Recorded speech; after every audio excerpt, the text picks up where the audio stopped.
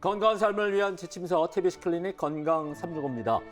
늘 이맘때 찾아오는 불청객이 있습니다. 바로 봄철에 황사가 기승을 부리고 있는데 올해는 황사가 조금 일찍 또 찾아온 것 같습니다. 여러분 건강관리 각별히 신경 쓰시고 특히나 눈이나 호흡기 건강관리에 더욱더 신경을 쓰시는 게 좋을 것 같습니다. 자, 오늘도 함께할 건강 식구들 나와 있습니다. 어서 오세요. 안녕하십니까. 반갑습니다. 네. 반갑습니다. 자, TBC 클리닉 건강 365 지금 출발합니다.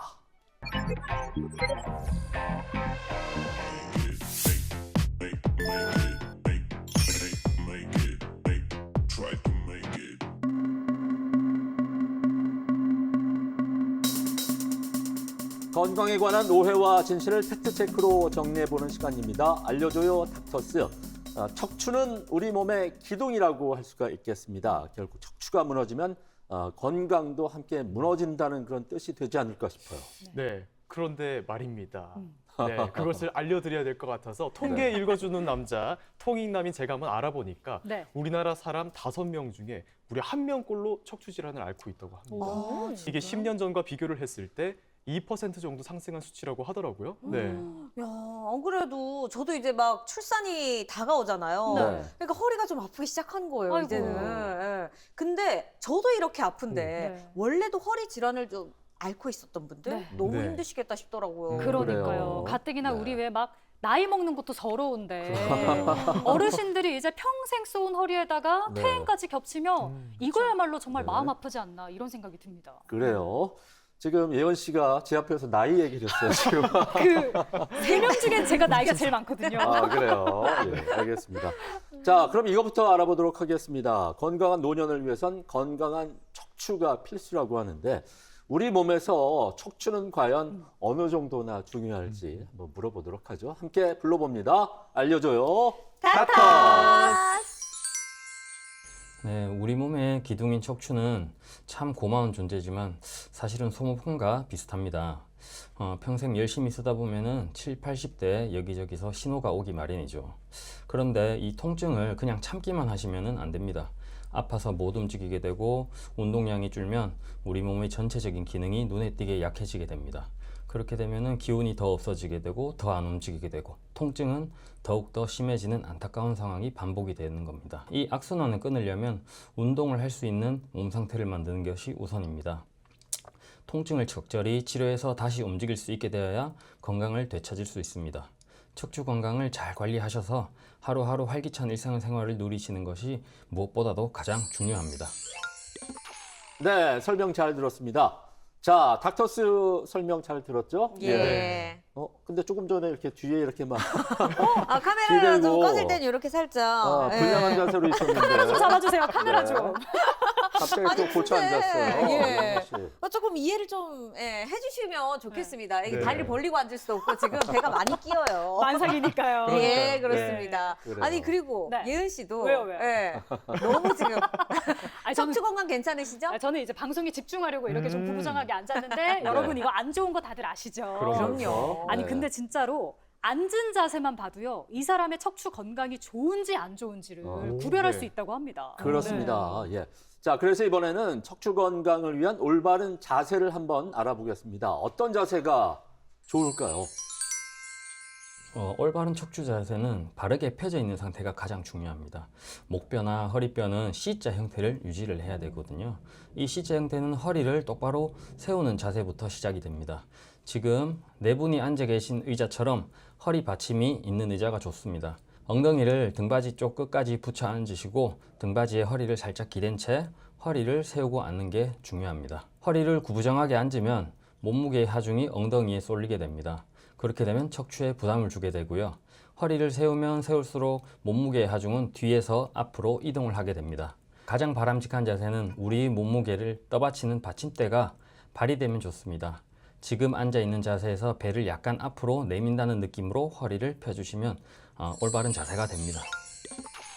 네, 볼 때마다 오늘도 반성하게 되는 것 같습니다. 밤마다 컴퓨터 앞에 앉으면 구부정, TV 앞에 앉으면 구부정. 빨리 자연스러운데. 그러니까요. 좀 댄스 같은데 너무 함부로 하고 있었던 게 아닌가 이런 생각도 좀 드는 것 같습니다. 그러니까요. 또 이게 그런 말도 있잖아요. 남자는 허리 이런 말도 있으니까. 어. 네. 근데 여자도 허리예요. 아, 네. 그럼요. 뭐 허리가 사실 뭐 연령이나 뭐 성별에 이렇게 따질 수는 없죠. 맞아요. 네네. 아무래도 이 나이와 상관없이 또 찾아오는 게 이 허리 질환이 아닐까 싶거든요. 그래요. 아무래도 이제 조금 전에 얘기가 나왔지만은 스마트폰이나 컴퓨터 사용 등으로 인해서 잘못된 자세가 일상화된 게 큰 원인이 되지 않을까 싶습니다. 닥터스에게 한번 물어보도록 하겠습니다. 척추 노화를 부르는 원인이 과연 무엇인지, 단순히 나이를 먹는다고 해서 척추가 상하는 것은 아닐 것도 같거든요. 어떻습니까? 네, 맞습니다. 척추의 노화는 나이가 들어감에 따른 자연스러운 현상입니다. 하지만 체질적인 원인으로 젊은 연령대에 퇴행성 변화가 진행되기도 하고요. 보통 체질적인 요인이나 유전적인 요인, 후천적인 요인이 복합적으로 작용해 척추에 문제가 생깁니다. 척추 질환은 크고 작은 충격이 누적이 돼 증상이 점점 더 심해지고요. 평소 척추 충격을 조금이라도 줄여주는 게 중요합니다. 올바른 자세가 이제 첫 번째 단계고요. 그 다음에 꾸준한 운동이나 생활습관 개선을 통해서 척추 노화를 늦출 수가 있습니다. 척추 노화를 예방하는 첫 번째 단계로서는 바른 자세가 있습니다. 서 있거나 앉아 계실 때 좌우 균형이 맞도록 신경 쓰시고 귀와 상위 어깨 봉제선, 하위 옆 봉제선이 만나는 느낌으로 자세 잡으면 거북목과 부정한 등이 교정이 됩니다. 우리 몸의 중심 부인 척추, 골반, 복부를 지탱하는 근육을 코어 근육이라고 합니다. 이 코어 근육 강화는 허리 통증 완화 및 질환 예방에 큰 도움을 줍니다. 네, 척추 노화를 늦추기 위해서는요. 일상 속의 바른 자세가 그만큼 중요하겠습니다. 그나저나 우리 지금 TBC 클리닉 건강 365 보고 계신 우리 시청자 여러분, TV 편하게 보고 계신 건 아니죠? 이렇게 보고 계신가요? 자, 지금 저를 따라서 네. 허리 쫙 펴고 좋은 자세로 한번 우리 클리닉을 맞습니다. 보시면 좋겠습니다. 네. 허리 펴세요. 네. 항상 어릴 때부터 정좌하라고 말 많이 들어왔는데 네. 네. 이렇게 바른 자세로 우리 척추 노화를 조금 늦출 수 있다면 네. 참 좋긴 하겠는데 네. 그렇지 않다면 빨리 좀 치료를 받아봐야 되지 않을까요? 네. 그렇습니다. 특히나 이제 수술을 하지 않고 치료를 할 수 있다면 더없이 좋지 않을까 싶은데 그럼 함께 좀 외쳐보도록 하겠습니다. 자, 수술하지 않고도 치료할 수 있는 치료법이 분명히 있겠죠? 알려줘요. 네, 저희 의사들도 척추 질환이 있다고 수술을 먼저 시행하지는 않습니다. 응급으로 수술하는 경우도 있지만은 대부분 환자분들이 오시면 수술 전에 다른 치료를 우선적으로 시행을 해봅니다. 대표적인 것으로 약물 치료, 그다음 주사 치료, 보조적으로 이제 물리 치료나 도수 치료. 네, 이런 치료를 시행해보고도 증상이 좋아지지 않거나 악화가 되면 신경 성형술이나 풍선 확장술 같은 시술을 시행해볼 수도 있습니다. 이런 비수술적 치료만으로 호전되는 분들이 많습니다. 그래서 보통 환자분들이 내원을 하시면 수술보다는 먼저 이런 여러 가지 치료를 시작을 하게 됩니다. 네, 방금 들으신 것처럼 수술을 하지 않고도 효과적으로 치료할 수 있는 방법들이 참 많이 나와 있으니까 수술에 대한 거부감이나 두려움 때문에 치료를 포기하는 일은 절대 좀 없어야 되겠습니다. 맞습니다. 그래도 안 되면 또 수술을 하긴 해야 되는데 네. 이게 우리 허리가 아무래도 우리 몸의 중심축이잖아요. 그렇죠. 근데 만약에 수술을 했어요? 근데 잘못되면 음. 그거 또 두려움을 어떡할 거예요. 그렇죠. 무섭잖아요. 네. 사실 허리에 손을 댄다는 게 무서운 일이긴 하죠. 저는 네. 이런 이야기도 들었습니다. 허리에 수술은 하는 게 아니다. 아니다. 이런 얘기를 들어서 네. 저도 너무 궁금하거든요. 네. 제가 네. 대표로 우리 어. 닥터스에게 물어보도록 하겠습니다. 그래요. 자, 허리는요, 수술하는 게 아니라는데 이거 명백한 오해 맞죠? 네, 실제 진료를 보다 보면 허리 수술을 두려운 환자분들이 굉장히 많이 오십니다. 수술 받은 지인 중에 합병증으로 다리에 힘이 빠진다든가 다리의 통증 상태가 나아지지 않는다, 아니면 또 재수술을 해야 된다 등을 이야기를 듣고 겁이 난다고 말씀을 많이 하시고요. 그래서 이제 허리 수술은 하는 게 아니라는 말을 듣고 오는 분들도 많습니다. 수술 후 이제 합병증이 생겨서 다리가 안 움직인다든가 아니면 만성 통증으로 이어질 수 있기 때문에 그런 낭설들이 정설처럼 떠돌게 되는 것입니다. 척추 수술은 이 신경 주변을 수술하는 것이기 때문에 이런 부작용이 생길 가능성을 배제는 할 수 없지만 확률은 높지 않습니다. 수술을 결정할 때 수술을 하는 의사의 능력도 중요하지만 내가 왜 이 수술을 해야 되고 내 상태는 어떤지, 그리고 이 수술의 위험성은 어떤지 충분히 이해하고 수술을 결정하셔야 됩니다. 팔다리에 힘이 빠진다던가 아니면 꼬집어도 아픈 줄 못 느낀다, 아니면은 항문에 힘이 잘 안 들어간다. 아니면 소변을 보려고 하는데 소변이 잘 안 나온다는 등 대소변 장애가 있는 경우에는 신경이 죽어가는 신호로 보시면 되고, 그래서 이런 경우에는 빨리 주변 병원을 방문하여 전문의와 상담을 해보시는 것을 추천드립니다. 네, 얘기를 듣고 나니까 어떤 수술이든 뭐 부작용의 가능성을 배제할 수는 없는 거 아니겠습니까? 네, 그만큼 그래도 확률이 높지는 않다고 하니까 우리가 너무 걱정은 안 해도 될 것 같습니다. 네, 근데 이 척추가 정말 우리 몸에 기둥같이 중요한 친구다 보니까 네. 별의별 얘기가 또 많이 나돌더라고요. 네. 이렇게 하면 빨리 낫습니다. 아니면 이렇게 하면은 정말 위험합니다. 어. 참 얘기가 많은데 네. 맞아요. 또 척추가 수술을 해도 재발하거나 후유증이 남아서 이 수술을 하고 나서도 많이 기대하지 않는 게 좋습니다. 이런 얘기도 들었어요. 네. 그래요. 정말 그럴지 또 궁금해지는데 예. 닥터스가 있으니까 한번 문의를 해보도록 하겠습니다. 자, 척추 질환은 과연 완치라고 하는 게 어려운 게 맞는 걸까요? 네, 이제 간혹 젊은 분들이 이제 디스크로 내원을 하시기도 합니다. 하지만 이 척추 질환으로 병원에 내원하시는 대부분은 이제 연세가 많으신 분들이고요. 연세가 많다는 거는 그만큼 허리를 많이 쓰셨다는 말이 됩니다. 많이 쓰시면 쓰실수록 척추는 나빠지게 됩니다. 척추라는 구조물들은 척추뼈 사이에 있는데 관절들이 연결된 복합체라고 생각을 하시면 됩니다. 그래서 척추가 나빠졌다고 한 것은 한 구조물만의 문제가 아니라 여러 구조의 문제가 생길 확률이 높습니다. 그리고 환자분들의 CT나 MRI를 보면은 치료 후 통증이 호전돼서 다시 일상생활을 하시면서 허리를 쓰다 보면 또 다른 부분이 나빠질 수 있습니다. 이런 식으로 척추 질환이 여러 번 환자분들을 괴롭히기 때문에 환자분들이 느끼시기에는 척추 질환은 완치가 되지 않는다라고 생각하실 수도 있습니다. 봐봐요, 태욱 씨 들으셨죠? 네. 네, 완치되지 않는다고 생각하는 분들이 많지만 네. 척추 이외에 또 여러 가지 문제가 있을 가능성이 있다라는 거. 네. 그래도 또 이 척추가 우리 중요한 역할을 하는 또 몸의 중심축이잖아요. 네. 그러다 보니까 오해가 이렇게나 많습니다. 그렇습니다. 잘못된 정보는 우리 몸의 증세를 더 심하게 악화시킬 수도 있습니다. 어떤 질환이든 정확하게 아는 것이 무엇보다 중요하니까 아플 때는 무조건 전문의와 상담부터 하는 거 꼭 기억을 좀 해야 되겠습니다. 네, 알겠습니다. 네. 저희가 이 건강 365에서 카더라 이야기를 너무 많이 했으니까요. 네. 맞아요. 이번에는 제가 정확한 정보를 좀 전달해 드리도록 오, 하겠습니다. 네. 아니, 최근에는요. 절개 자국도 많이 남지 않고 피도 좀 덜 보는 척추 수술이 나왔대요. 아니, 이 좋은데요? 정도면은 네. 네. 우리나라 의학 기술이 너무나도 발전된 거 아니에요? 엄청난데요? 그래요. 네. 지금 현재 허리 수술을 생각하고 있는 분들에게는 반가운 소식이 아닐 수가 없겠는데 닥터스에게 한번 물어보도록 하겠습니다. 정말 흉터도 크게 남지 않고 피도 보지 않는 그런 수술법이 나왔나요? 어떤 겁니까? 네, 지금 말씀하시는 수술이 최소 침습 수술이라는 것입니다. 절개한 곳이 작은 수술을 설명하는 말입니다. 예를 들어 내시경으로 하는 수술은 피부를 1cm 미만으로 절개를 하고 신경을 감압하는 이런 수술을 최소 침습 수술 중 하나라고 보시면 됩니다. 요즘 많은 병원에서 최소 침습 척추 수술을 시행을 하고 있습니다. 최소 침습 수술의 장점은 뼈, 근육, 그다음 인대 등이 보호가 되고 문제가 되는 부분만 딱 해결할 수 있습니다. 그리고 앞서 언급했던 것 중에 1cm 미만으로 절개를 한다고 했는데 사실 최소 침습 수술이라는 것은 피부를 얼마나 절개를 하냐와는 큰 상관이 없습니다.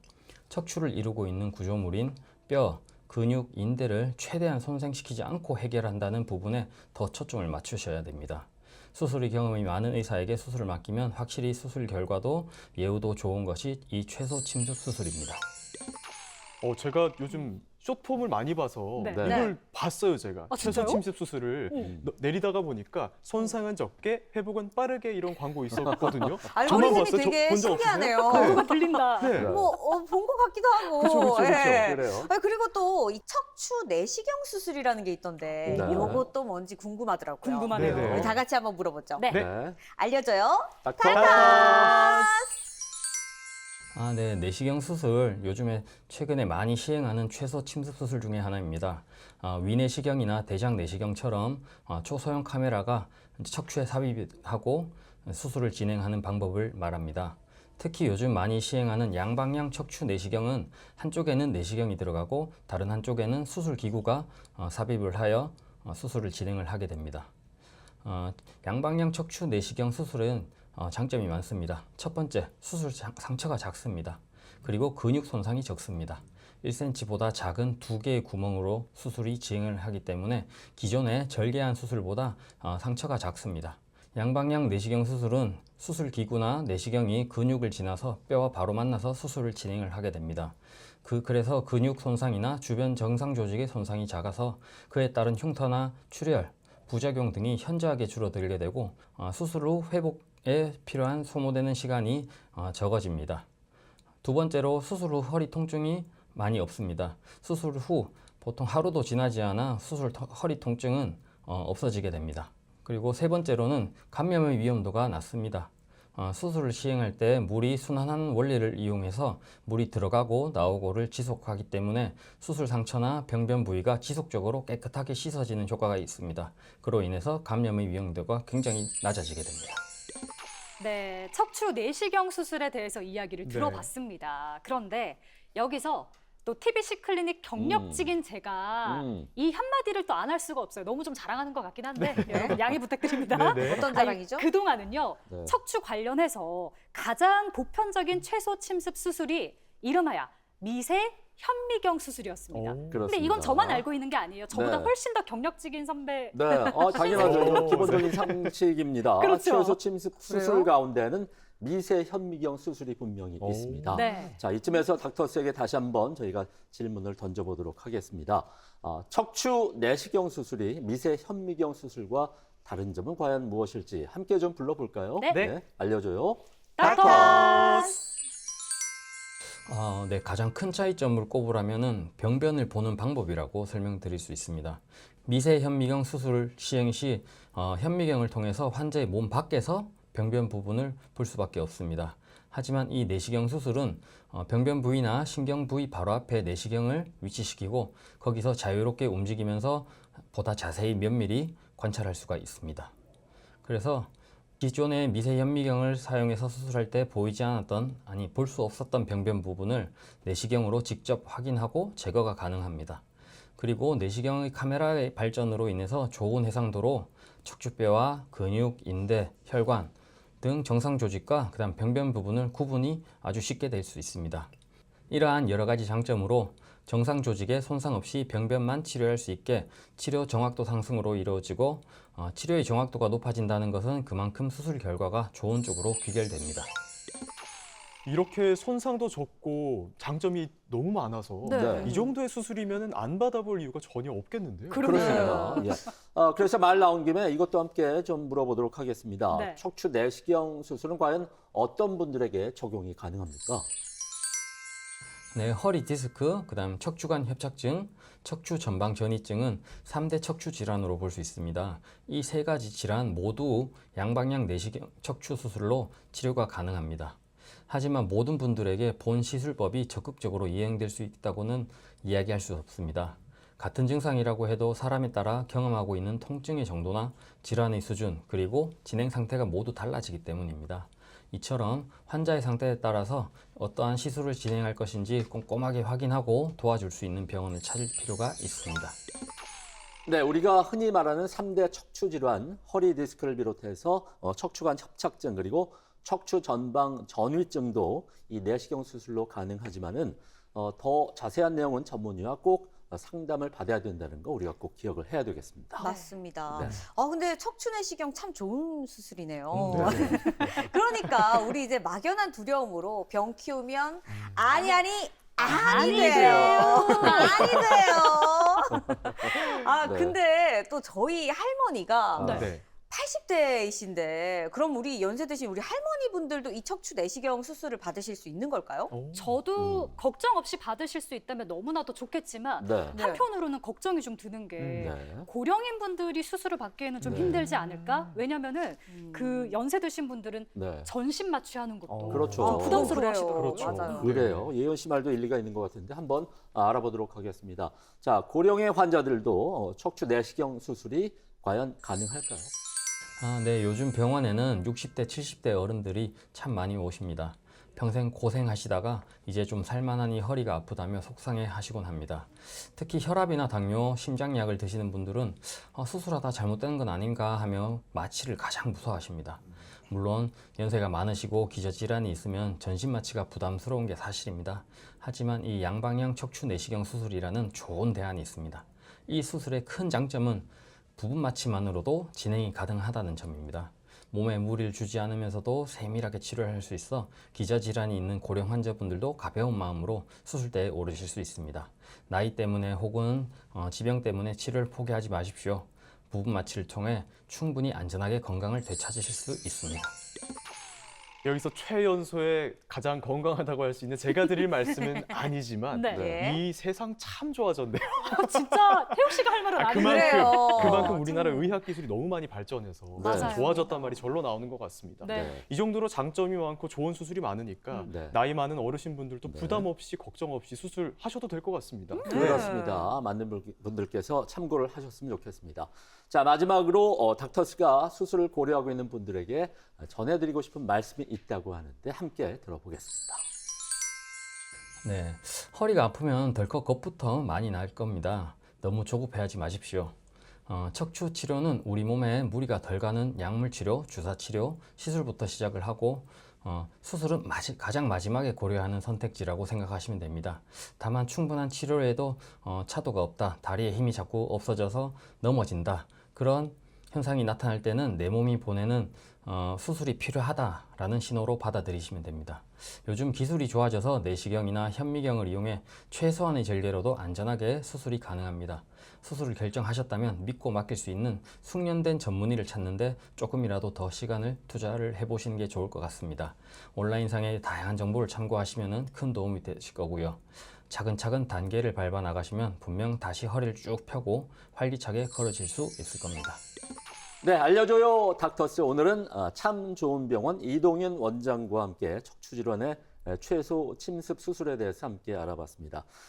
척추질환은 생명과 직결되는 문제는 아니지만은 이 삶의 질과는 직접적으로 연관을 가질 수가 있겠습니다. 최근에는 수술 방법이 놀랄 만큼 많이 좋아졌다고 하니까 통증 그렇게 그냥 참지 마시고 전문의를 찾아서 전문적인 상담 꼭 받아보시길 바라겠습니다.